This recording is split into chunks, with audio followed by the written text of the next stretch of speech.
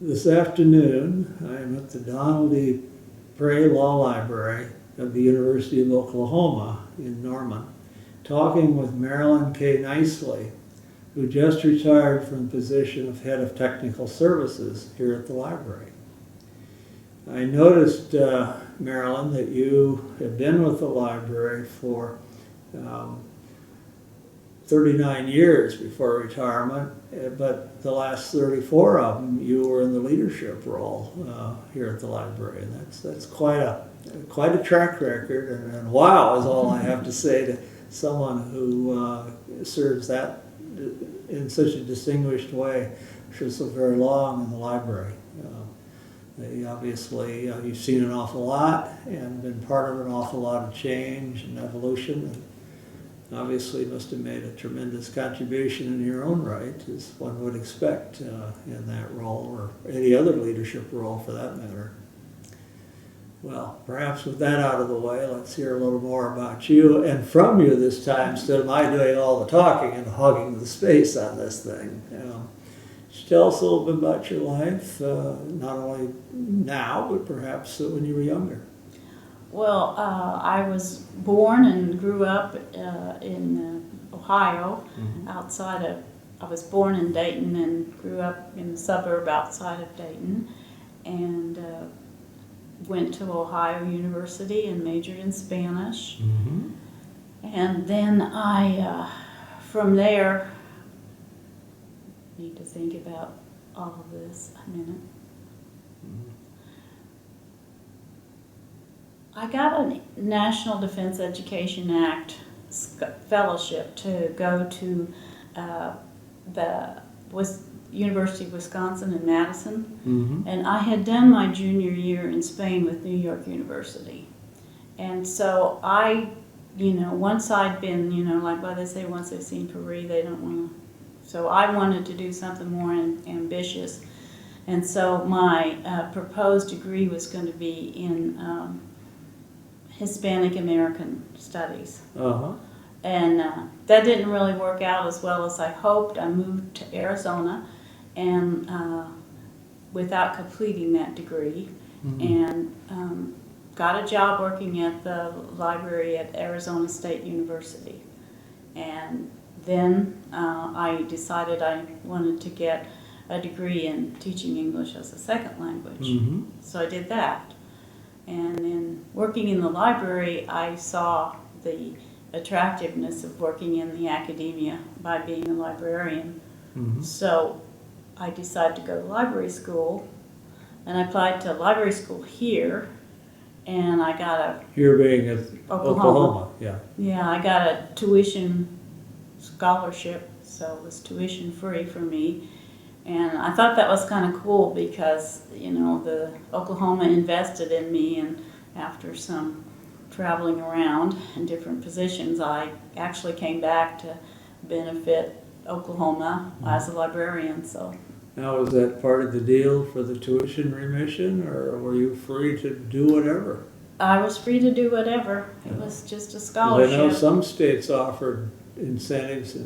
My late wife had one in nursing in Connecticut, and she had to work a certain amount of time after graduation in the state, or she owed them the tuition back. No, there were no strings, and it kind of is another memory of how things were different. Well, they're very different, yeah. Librarians were a much more prized profession, I would think, at that point.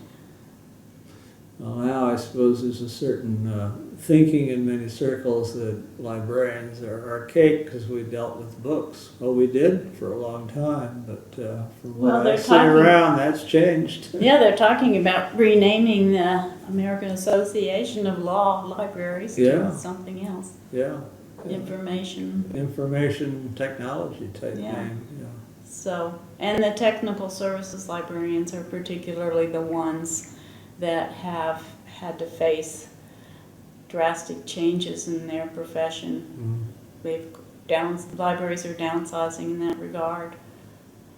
I suppose in the old days you were pushing my term, books and such through the system and cataloging them and processing them in acquisitions, and with fewer items and titles going through, presumably, I guess it would free up personnel time for people who used to work pretty much exclusively there. Plus the cataloging aspect of it, which honestly, although I was involved with cataloging projects through technical services, I was never a cataloger. I've always worked in acquisitions. And I used to think that was a detriment, but actually as the years went by, the profession has moved more towards technology and the administration of libraries, collection development, budget planning.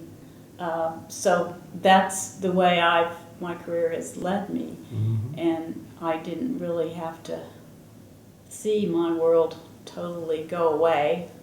Although when I retired, my position was restructured to be a public services information technology position. Seems to be the kind of direction we're seeing a lot of. At least all the librarians have a role in the front office part of the operation. My term again, the public services or the instructional outreach kind of role that the libraries have taken upon themselves.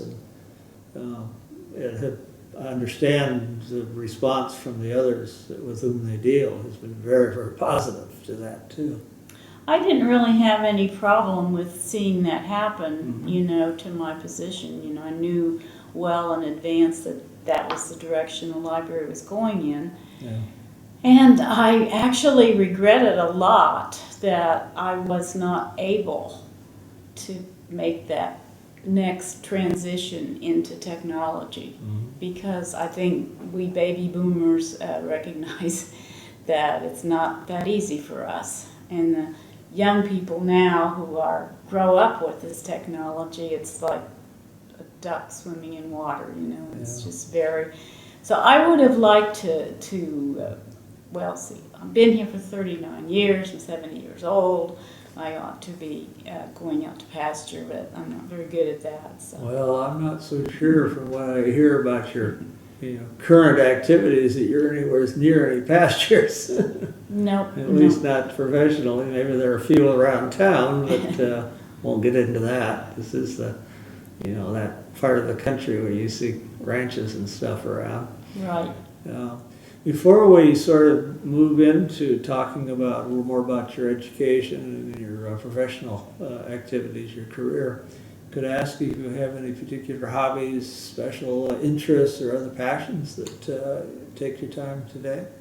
Well, I mentioned that I got my undergraduate degree in Spanish, and that I studied for a year in Spain, and that was a whole year of immersion. And so and that was back in the 60s. 65, 66 academic year. Franco was still in Spain. And at any rate, I really benefited from the experience of that immersion, and I have hung on to my fluency in Spanish pretty well.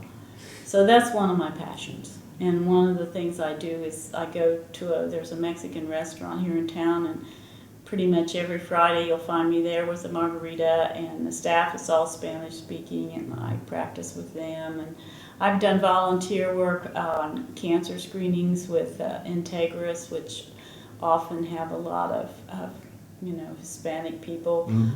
Recently I was involved with a PFLAG display and table at a conference in Oklahoma City to help students find their way to college, and it was in the Plaza Mayor, which is an old shopping center that's been converted into kind of a center for Hispanic activities.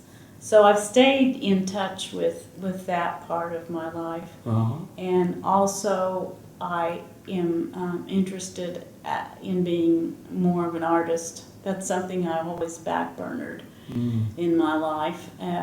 It's come in handy to be able to draw and paint and stuff. So, but it's not been anything I've spent time on. So that's something I'm trying to do now. I'm taking some art lessons there's a community organization called the Firehouse Art Center, which is actually in an old remodeled firehouse. And I've taken some classes there since I retired. Plan to take more. And I have another passion, but I can't remember what it was. I'm sure you will remember in due course when you want to do it. Yeah. Well, that's very interesting. Now, even though it's usually sort of off the record, you did mention that you're not as keen on travel as you'd heard. I was telling about some of my trips to do these conversations, among other things. But have you ever been back to Spain since your early days? No, I've not been back. That would be something I'd like to do. I think my big holdback on travel is a lack of adventurous spirit. I get kind of scared to do things on my own. Yeah. Well, maybe you could go with a friend or a group even. Well, that's my plan. In the spring, I'm going to Cuba with Road Scholar, which is an elder hostel tour. And I'm going by myself, and I'm pleased about that because I don't have to worry about, taking care of anybody else and are they comfortable, are they not comfortable, just be me. It's not your problem. It's not my problem. I have traveled. I took a tour a couple of years ago with a friend, and we went to Costa Rica, and, that was just not as pleasurable, maybe. We'll see. I haven't done the Cuba thing yet. Yeah. But well, not many people in the United States have. I mean, this is now just really opening up much more than it once was, and sounds like you'll enjoy it. From what little we hear on the media in this country, the Cubans are really eager, the people, to have some of these interactions with Americans. So too. And I'll be able to talk to them in Spanish, which will be good for me and hopefully good for them. So yeah, well, they might. Looking forward to that. Many people may be able to converse in English too. I don't know about Cuba, but I've traveled in places in Europe, and I'm just astounded that some of those people that I met there, the locals, could converse in English very well. Converse in English. Yeah. Well, I think maybe, this reticence to be adventuresome is, probably the last 20, 25 years. So as I got older, I used to be a lot more able to get out and explore. Even going to AAL, one of the neat things about going to these meetings is the different locations that they're in. And that has always been an attraction to me too, seeing new places. Although I guess more recent times they've tended to focus in fewer number of spots because of the size of the facilities that were required. And even I remember we've tried cities that were not the most obvious choices, and some of the feedback from members was, well, I didn't really know if it would be worth going, so I didn't go. Yeah. Which is, kind of cuts it off even more as to where the board will target for meetings. Well, and the law school's always paid my way to these meetings, and so that's been great too. That makes it even more pleasant. You don't have to worry about that bill coming from the credit card company in a month or so. Yeah, it's really a wonderful tradition. Yeah, that's a benefit that a lot of our colleagues had, but not all of them by any matter of means. Yeah. Well, I know, sort of getting back and starting to refocus a little more on your career, you have mentioned some of your academic degrees. You have 3 degrees. Right. Can you sort of tell us specifically what they all are and where you got them? Well, I got a bachelor's degree in Spanish from Ohio University. And I started studying Spanish when I was like in the 8th grade. And it was immediate passion for me. I was good at it. I loved it. And so I went to Ohio University. And a lot of my friends went to Ohio State, but I went to Ohio University because my Spanish teacher was a graduate from there. Oh, okay. And it's a pretty campus. I enjoyed it a lot. And then I lived in the Spanish house. They had a house. It was an old house that they set up there for students majoring in Spanish to live in. So I lived in the Spanish house. And I remember too that was the time when, you know, a lot of Cubans were coming into the United States, and some of our professors were Cuban, and they would come to the Spanish house and we would have tertulias, and it was a really nice experience. Castro came into power in the late 50s, and you were just a few years, or sort of right after that, when this was going on in your life. Yeah. And then I got a master's degree in teaching English as a second language. And that sort of ended up because I realized I had decided not to get a teaching certificate because, like I said, I'd gone off to Spain and I wanted to do something more ambitious than teach in high school.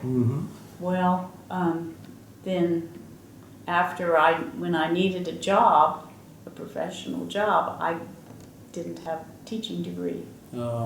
So I thought, well, I'll do teaching English as a second language, and I did that master's degree. And then still with this problem of not having a practical credential and also enjoying library work, then I went to library school here at the University of Oklahoma and got my master's degree in library science. So that was my educational tour. Okay, so now you've gotten your degrees, and somehow in about 1969 you ended up as a student library assistant at Arizona State University out in Tempe? Tempe, all right. And from there you had a couple of additional librarian positions at libraries, but neither one was in a law library. Can you tell us a little bit about perhaps those, and maybe some of what you did, and then let's begin to talk about how it was you got persuaded to join the law library end of our profession. Well, we're talking a lot about serendipity when we talk about my career during that period. Because I mentioned that I went to University of Wisconsin. Yes, up in Madison, that's a bit farther north. And the problem that came up for me was that I am bipolar. So I've had 4 really serious episodes in my life, last being in 1985.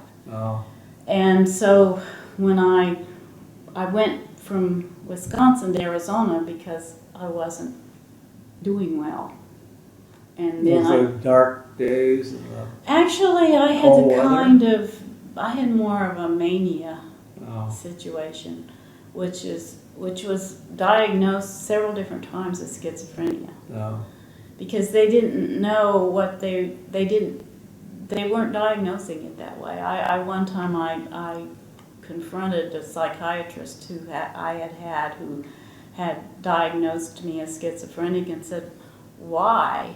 And he said, "Well, at that time we weren't diagnosing it that way. They were in England, but we weren't in this country." And so that kind of knocked me off the course at Wisconsin. And then I got the job as a library assistant at the university at Arizona State. And during that time, then I decided I wanted to get the master's degree in teaching English as a second language. And the thing about my particular experience with bipolar is that I had long remissions, like years, 3 or 4 years. So I was able to get degrees and hold jobs in between the episodes. And so my first job out of library school was at Pan American University, which is now part of the University of Texas system. It's in Edinburgh, Texas.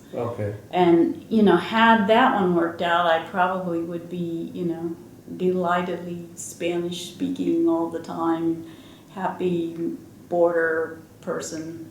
Mm-hmm. But I had another episode, and so I lost that position. Went home again to Arizona, and got a job substituting for a librarian at a junior college who was taking a sabbatical. So I did that. And then as far as becoming a law librarian is concerned, when I started looking for a permanent position, I contacted the library school, and in those days, everything was done by mail. The library school was the placement service. So they sent me a job description for the law acquisitions librarian. And I remember very distinctly tossing this description into the trash because I didn't have any law experience.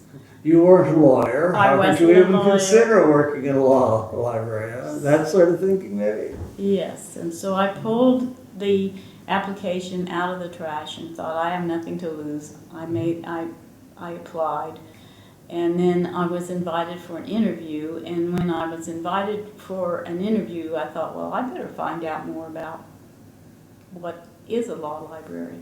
So I went to the law library at Arizona State University, and the director there gave me a tour and pretty much convinced me that I didn't know anything about being a law librarian and I should not do it. So at least that's the way I remember it. Did the director try and teach you that, Huh? or do you think you just thought that's what you were I learning? don't know. It's hard to believe You that anybody... remember, was that Ron Cherry, perhaps? No. No? I Dick Dahl? He was down there for a It while. might have been Dick Dahl. Yeah. Might have been. Yeah. Well, knowing him, if he'd given you that sort of a push aside, wouldn't surprise me. But Ron, on the other hand... No, I know it not wasn't that way. Ron. No, it wasn't Yeah. Ron. So I came here... So your introduction to law libraries was a little mixed, maybe. Yeah, and I came here, and Lolly Gassaway was the director, and she hired me, and of course working for her was a great experience. She was here for 9 years before she left, and I worked for her for 9 years. I think she was here 10. So anyway, I never had any doubts about the profession. And I can remember my very first conference was in Toronto. Oh, yes. And I had a wonderful time. And That was a nice city to visit. And then I don't know when I had the experience, but at some point I realized that a lot of these law librarians that I was meeting did not have law degrees, and that I was That's not right. a lesser being, which is what I thought for a while. In fact, an awful lot of what kind of work is done in law libraries, given the choice, you want someone with the kind of training we get in library school, as opposed to the training one would tend to get in law school settings. Oh, that's true. Yeah. But of course, maybe a lot of people on the outside don't fully understand that. The word law in the name kind of signals something different. Well, and then of course I learned a lot about the law just being here and being around it. And also I am just personally interested in politics and government, and so I'd read in the newspapers about things that were going on, and of course whatever you're reading about that's going on, I mean those are the books that you buy or that's being covered in the classes, and so it all kind of melded together. My personality, my interests sort of reinforced what I was doing in my position. So now Lolly has invited you to join the library staff, faculty, and there you are for 39 years. Yes. Not many people stay in the same position. Not a job hopper, from then on at least. No, well, I think part of that is because of all of the trauma I'd had getting there, that it seemed to me like, I'd had enough. I'd had enough struggle. I can remember when Lolly called after the interview to offer me the position.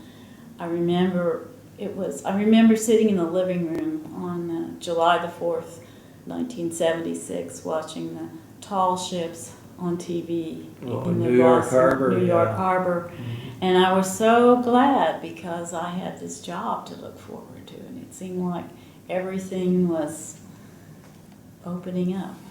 Now, did you realize at that time that Lolly, as the director, her roots were in technical services? She had been our cataloger. I worked with her at the University of Houston. Oh, yeah. I knew she was from Houston, yeah. She was, and then she'd been the interim director there when an opening occurred, and then the director for a while. Mm-hmm. Completed her law degree along the way, and then eventually came here for her next position, and then moved to the University of North Carolina, where she was until retirement in recent years. Yeah, they encouraged me to consider getting a law degree, but like I said, I had had enough education and hard work, and I didn't want to do any more academia. And I particularly knew that in a director, you move around to progress, and I didn't want to many do of us that. in our early years did, Yeah. And some of us settle in, others do continue to move, and maybe they progress more, some of them. Yeah. Oh well, I wanted to stay put. I remember once I finally found the niche I liked. Mm-hmm. So I certainly can't hold it against anybody else who stayed put for all those years and made the place what it is today. Yeah. In the good sense. Yeah. So you are here. Why don't we talk a little bit about? I assume if you had any mentors in the field, maybe Lolly would perhaps be one at that point. I don't know. Did you have anybody that you considered a mentor? Well, Lolly was great. I mean, she held me. She kind of tided me over because we had Scott Pagel, who was a great librarian. Yeah, he came. And I enjoyed after a while. working with him. And then we had some interim people in between Scott and Nikki Singleton. And then finally Darren came along, and I think I kind of hung on because I liked him and I liked working with him, and there were lots of inspiring activities, and I was busy all the time, and I liked that. Well, as you know, I talked with Darren on camera just a few minutes before we started our session. You were here in the room. Mm-hmm. And, he did describe, use my term, some wild times in the library with some of the really interesting and exciting things that you've all been doing here, especially in the years since he came. Yeah, and when he came, I really became involved with collection development and budgeting, and I enjoyed the collection development aspects of it a lot. And then I saw the evolution of the collection from print to electronic, all of the issues with cancellations and budgets and trying to make the money stretch, and investigating the alternatives to print, researching all of that. Yeah. So that was one of the things that happened during my last 10 years. And then as the library moved into this digital initiative phase, I actually volunteered to retire a couple of years in advance, before I actually did. I was not trying to hang on, but I miss it. Yeah. Now you remain involved. You're still involved with the digitalization project for the Native American Constitution and Law Collection. Can you talk a little bit about, because that continues now. Well, not exactly. Not exactly. The web page was the Native American Constitution and Law Digitization project. And I worked on that during the time that Nikki Singleton was here. All right. And that was in the 90s.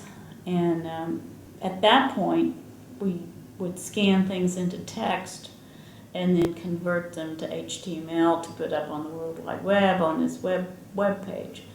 And You were doing that real early on when we yeah, had the web. yeah, I guess it was like 96 or so. Yeah, that's pretty early on in the Yeah, it was right out there on the cutting edge again.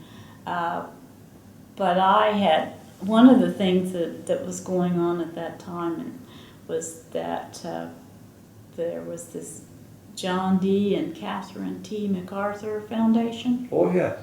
So they funded an experiment to see if email would be a viable technology. And so you just signed up and you had free access to email. And that's how I got in contact with people at the National Indian Law Library and at the Congress, NC, National Congress of American Indians. And so from those contacts and from that email exchanges with these people, I learned that there was all these Native American constitutions and codes that nobody had access to. And so we could manage that. We could digitize them. And so the librarian at the National Indian Law Library started sending me these documents. And then we would digitize them and then, like hand edit them into HTML. And I had... Life was different then, wasn't it? Yes, and I had student workers who, parked in my office with me, and we kind of had a little cottage industry there of creating that web page. And it still gets like 1 million hits a year, they say. Yeah. Well, it was a special project. I mean, what were the alternatives? Here and there, there'd be bits of it, nothing comprehensive, I guess, and certainly nothing terribly accessible certainly from outside of where it was housed. The tribal materials are still pretty fugitive. Some of the tribes have them on their webpage. The National Indian Law Library has an extensive collection in print and online, but it's still not, and in the process of doing this, then I became kind of the local expert as far as Native American tribal law for the University of Oklahoma Law School.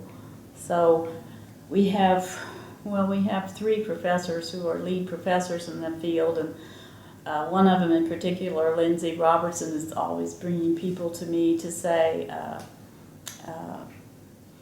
this is our expert on tribal law, and she knows everything. You just come here anytime you have a problem, and she'll be able to solve it for you. Oh boy, with that way of introduction, you really you're really on call, shall we say? And so I put a lot of once the National Indian Law Library took over with the tribal materials, I started putting anything in the public domain that I had access to. I was able to do a PDF for the Felix Cohen's Handbook of Federal Indian Law. The first edition of that was a government document. So anyway, we put quite a bit of stuff online through that webpage. It still is maintained here in the law school and on a server, and it still gets lots of views. But then that sort of stopped. I'm not really adding to it, and not doing a lot to make sure that the links are still working. They are, for the most part, I think. Yeah. People will sometimes contact me. I did one time we did Alaska. We did a monograph on tribal, or I guess it was. It's a book about tribal law in Alaska that a woman wrote, and I wrote and asked her for permission to put it online, and she said fine, and so I did, and then all the files were named with AL, and a teacher from Alaska contacted me and said that his students were unhappy with that it should be AK for Alaska. So we went in and changed all the file names so that they were AK. That, even in the digital age, has got to be a time-consuming undertaking. I had really great students that worked for me, and one at a time. And they were always so kind and so helpful and taught me things, and you know, that's been my experience with student workers all along. Yeah, I agree with you. Some of the students we've had are just superstars and extremely good people to have working with you. And Yeah. all that, the whole range of reasons for that are there. Yeah. So do you want me to tell you my current project? Or? Yes, please do. Okay, my current project started in 2012, and we are trying to digitize the documents that are described in Stephen L. Johnson's bibliography, American Indian Law in the Congressional Serial Set, 1817 to 1899. So we've done, at this point, we've done about 5,000 titles and 200,000 pages. And I don't know if Dick Spinelli told you, but I am trying to work out a cooperative arrangement with Hein to share our work product. I am hoping that Hein will be able to scan some of these longer book-length documents, and then we will trade our short scans for those long scans. And really the short scans are harder than the long ones because you have to find them in the book, you know. The serial set is chronological, there's no subject arrangement, and so if you have to find a book about this treaty or that Indian war or that fort, you know, you have to find it in a book that might be 1,000 pages long, and there's only maybe 6 pages in it that have anything to do with American Indians. So that makes it real suitable for what we've done, having already done 5,000 titles. And some long, some of them are pretty long, I mean maybe 800 or 900 pages that we've done. We're getting them from the Oklahoma Department of Libraries. All right. And they're a regional depository. So it's kind of, the librarian at the Oklahoma Department of Libraries, Steve Ballou, he'll track me down 3 boxes of books, and I have a student assistant who scans, and that's been the wonderful thing about the law school is that and the law library is to give me the kind of support to do that. And then the other thing about it is that being able to retire and continue working on this as a volunteer. I mean, I never had the time to really do much. I did the thinking, the organization, the promoting, the planning, but I didn't get to Still had your day job. I still had my day job. Yeah. And now at least it sounds like you have a day job of sorts now, but at least it's not the same one. Well, it's kind of interesting too. I've discovered that my technical services kind of cataloging type skills have made a big contribution in the past 3.5 months as I try to organize this project. Figure out what we have actually scanned, what do we need to scan, what do we not have to scan.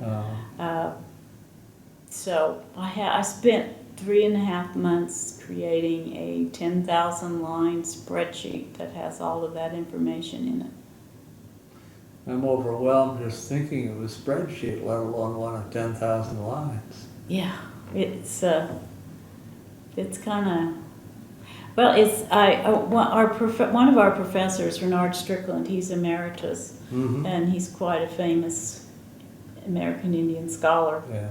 He and I once did a law school Oh, you know him? inspection together. Oh, yeah. Yeah, he was big with the American Bar Association. Yeah, he was Right, legal on a lot of education. those inspection teams and stuff over the years. So one time I had asked for his advice and help, and he met with me and Darren, and he said, I can't believe a library of this size would take on a project like this. It is totally insane that we did this. It's a huge project. Yeah, I just sort of stumbled into it, misrepresented it to Darren, and I said, not intentionally, I said, all of these documents are really short. And then when you get into it, they're not all really short. Yeah. Sounds like there are an awful lot of them, even if they were short, still be a lot of pages. But this is going to be freely accessible online. Uh-huh.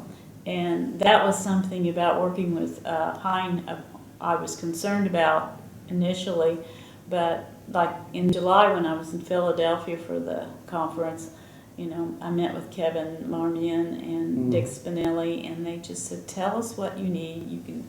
They assured me that I can have my freely accessible, online site, and then they said, just tell us what you need. We want to help. Tell us what you need.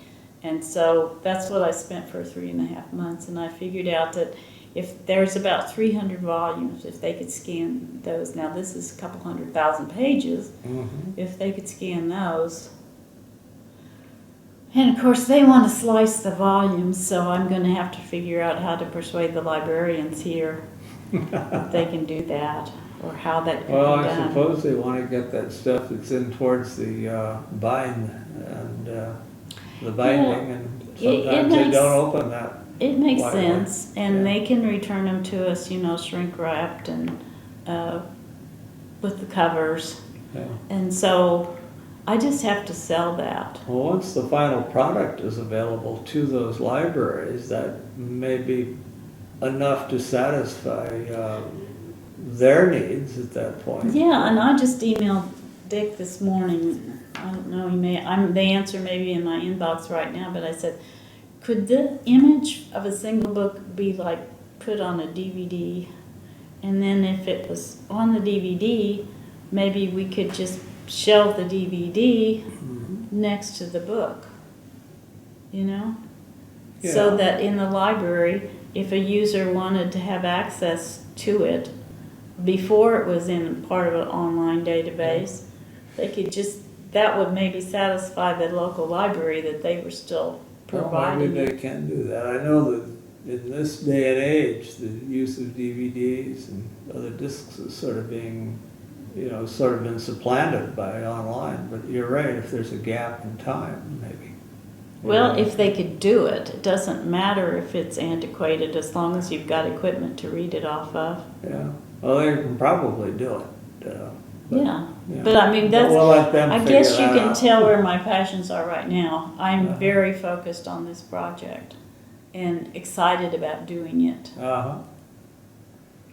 Well, it sounds like to me like, if there's a will, you're certainly dealing with people that I've worked with as well, and I'm always more than surprised, pleasantly, they can accommodate as much as they do. Yeah. So if they can do it, I suspect they will say, let's do it. Yeah. It's an exciting project. Yeah, it is. Sounds like you have a chunk of your retirement sort of committed to it too. For a while. Yeah, absolutely, and that is kind of a problem with my friends who don't. People want you to travel. People want you to do fun things, and if you tell them that your fun thing is this, they think, Well, it sounds like what's what you're wrong doing with is your fun thing. I mean, It is. you're the one that has to decide these things, so what the priorities in your time are. They've gotten used to it a little bit now. Well, you're going to get to Cuba. I'm going to get to Cuba. See how the traveling in that way Evolves, works, yeah. and maybe a follow-up might happen, but who knows? But right now, my focus is to finish it, to really make it happen. And it's looking like that could be the case. Yeah, well, that's exciting. And I certainly, personally wish you the best in doing it. Stuff that just isn't going to be available unless someone does something like this. Well, and At least outside of a few places. These materials, 19th century, it spans, like tribal wars, reservations, removal, all of the stuff that went on to reclaim or claim this territory of the United States away from the original inhabitants. The original owners. Yeah, the original owners. Yeah. One of our professors wrote a monograph. It was published by Harvard University Press. Lindsay Robertson wrote this book, Conquest by Law. Mm-hmm. And these materials certainly illustrate that. Yeah. I mean, that was, well, we better not editorialize, but it was an era in our country that many look back on, and they're not terribly pleased with the way everything happened. Well, and this legal history, this period of legal history, does impact genealogy, Mm-hmm. which a lot of people want to be able to trace, because there's names all through it, of course. And Sure. also property and treaty content. Mm-hmm. So I think it'll be very valuable to a lot of different people, and that's really my motivation. But it doesn't hurt that I have this challenge of organization and planning and all the stuff that librarians do. Well, let me raise another topic that we talked about off camera, and I'd like to hear a little more about. And you may have a prop or two to show us on camera, or we'll try that. Yeah. Some years ago, about 30, the ALL annual meeting was in New York City. In fact, I don't know if it's ever been there since. I don't think so. Everyone's worried about going into bankruptcy after you pay for the hotel rooms and stuff up there. Well, be that as it may. I remember you were involved with the institute that was out in Ithaca. Why don't you take it from there? I don't want to steal too much of what you already told me off camera. Yeah, I was co-director with Mary Ruth Storr, who is a librarian at Orange County Law Library in California, Los Angeles. And I guess it's Los Angeles. At any rate, Mary Ruth and I worked together on this, and it was the basic AALL philosophy of making the content accessible and interesting and of value to courts and firms and academics. So that was our charge. And I was also, I found looking in preparation for this talk, I started looking through my stuff, and I found this program from the 1985 conference. They used to mail these to us as opposed to being online. I'm watching the monitor, and you're on. Raise it a little bit, and they can see the New York name too. Yeah. Yeah. Used to get these in the mail. Yeah, that would come to advertise the annual meeting and entice us all to see what was available on the programming and so on. And the information I have here too says that the registration fee was $250, and it covered the Institute handbook, the opening reception, 3 convention breakfasts, 3 luncheons, 2 dinners, and the closing event.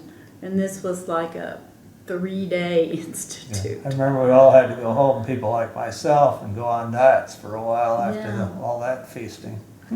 So anyway, then in this book, that was a little drawing I made. I mentioned that art was interesting. Now this is the one we're seeing. It's in red. Yeah, that was printed. That's on screen beautifully right now. That was printed in the annual meeting. That looks like the computers of that era. And it was like and books next to it and a paper file. Right. Yeah.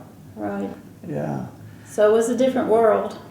Well, it was changing. It continues to, of course. Now you have a drawing on the other page that's opposite to that. You want to, there it comes up, it's on screen now. This was promotional materials for the meeting. Well, that had the old ways they used to store stuff on computers. I see a large floppy disk. I even see a reel of tape. That goes back a few more years. Microfilm, I think it was. It was a microfilm, so it was storing the stuff that you would also store on. We were having to deal with cataloging of media. So you had the book on one side and that media, then you had the digital and then the microfilm. Is that what we're looking at in this picture? I think so. Yeah. Good. Yeah, the book is loose leaf, and that was kind of a big deal, was how to catalog loose leaves, because I think we were dealing with the application of the AACR2 which wants you to have a publication date, except Yeah. those things are serial. Yeah, lower it very slightly. I'm afraid there you might be cutting a little of the top off. Yeah, that shows up well on this screen that I'm looking at. Good. Well, tell us about a little more about this institute. That was quite a big undertaking. You had a lot of people there. Yeah, we They had had. to get to Ithaca too, which wasn't exactly on every airline's schedule routes, but they were able to get you there. We had 118 people. That's pretty good size. That's pretty good. I mean, that's as big as a regional association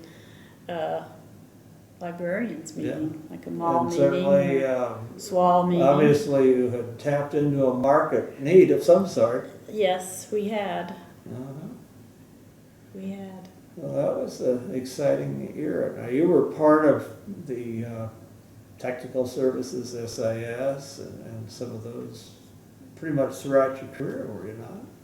Well, I didn't after the institute. I didn't really take much of a leadership role in the SIS, although of course I attended all the programs and knew all the people and We used to benefited call those from the the worker bees.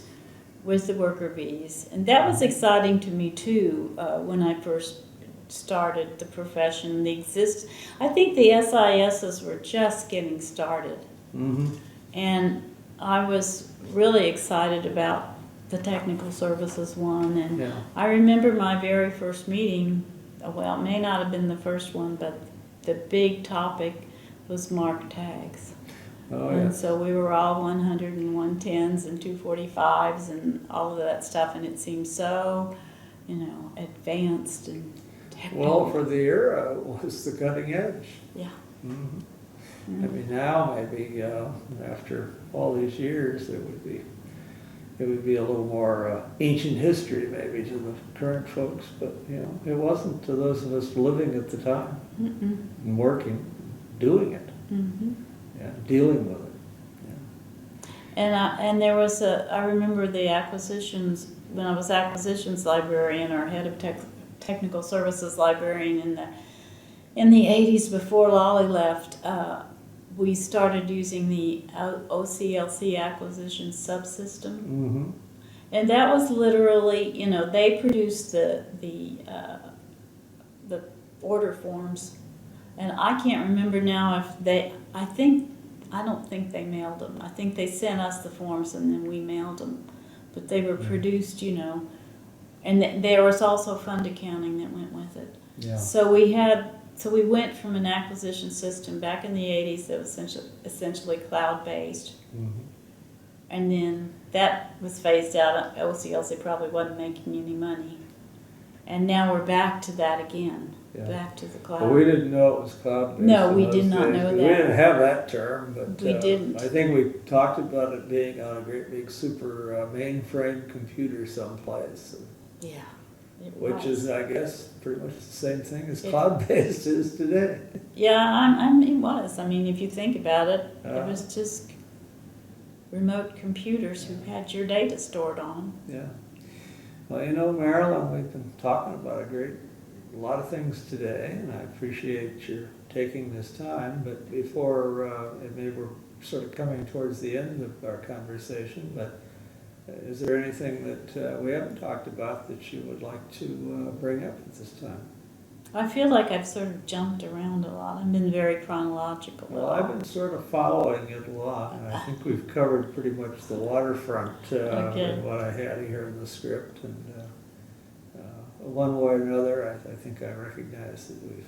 Oh, the one thing I wanted to mention was the standing committee. You mentioned that I'd been active with the standing committee on our social responsibilities, SIS. Actually, that's in the script, but I hadn't mentioned it. I don't think I mentioned it. No, you didn't mention it, and that was something that I was wanting to address because I wasn't so much active in the social responsibilities SIS, but rather in the standing committee on lesbian and gay issues. Okay. And the thing that happened that was really exciting in 1985 also was the creation of that committee, and a whole bunch of us getting to come out of the closet. two successive presidents of the association, as you know, but many of our readers may not, were probably closeted for a long time, but came out in that organization. Mm-hmm. And I can remember having been a board member with one of them, and we were all asked to dress up in costume. It was, I remember that. at a meeting, it was in Chicago, Mm-hmm. and as you know, people from the Revolutionary War era, and this was a lot of fun. But I remember a bunch of us had been up in the vice president's suite, which was in one tower, this hotel we were in, and we had to go down the elevator and walk across the lobby and get the other elevator and go up the other tower to the president's suite for a pre-banquet conference. And we were on this elevator going down, and it opened up on one floor, and several of our fellow members of AELO stood there looking at us and wouldn't get on. They didn't know who these weird people were. Yeah. That has nothing to do with being a member of the gay or lesbian group, but it was one of those presidents was Well, you know, supportive of all that. there were some advantages to being in the closet in that those of us, when we'd go to these meetings, we'd all go have a little field trips to all the gay bars and stuff. So there was a little, Sure. yeah. Yeah, a lot of us had field trips to bars. Whether they were gay or not, I don't know, but... Yeah. Well, if you were in the closet, a lot of times you couldn't do that in your hometown, so. Yeah.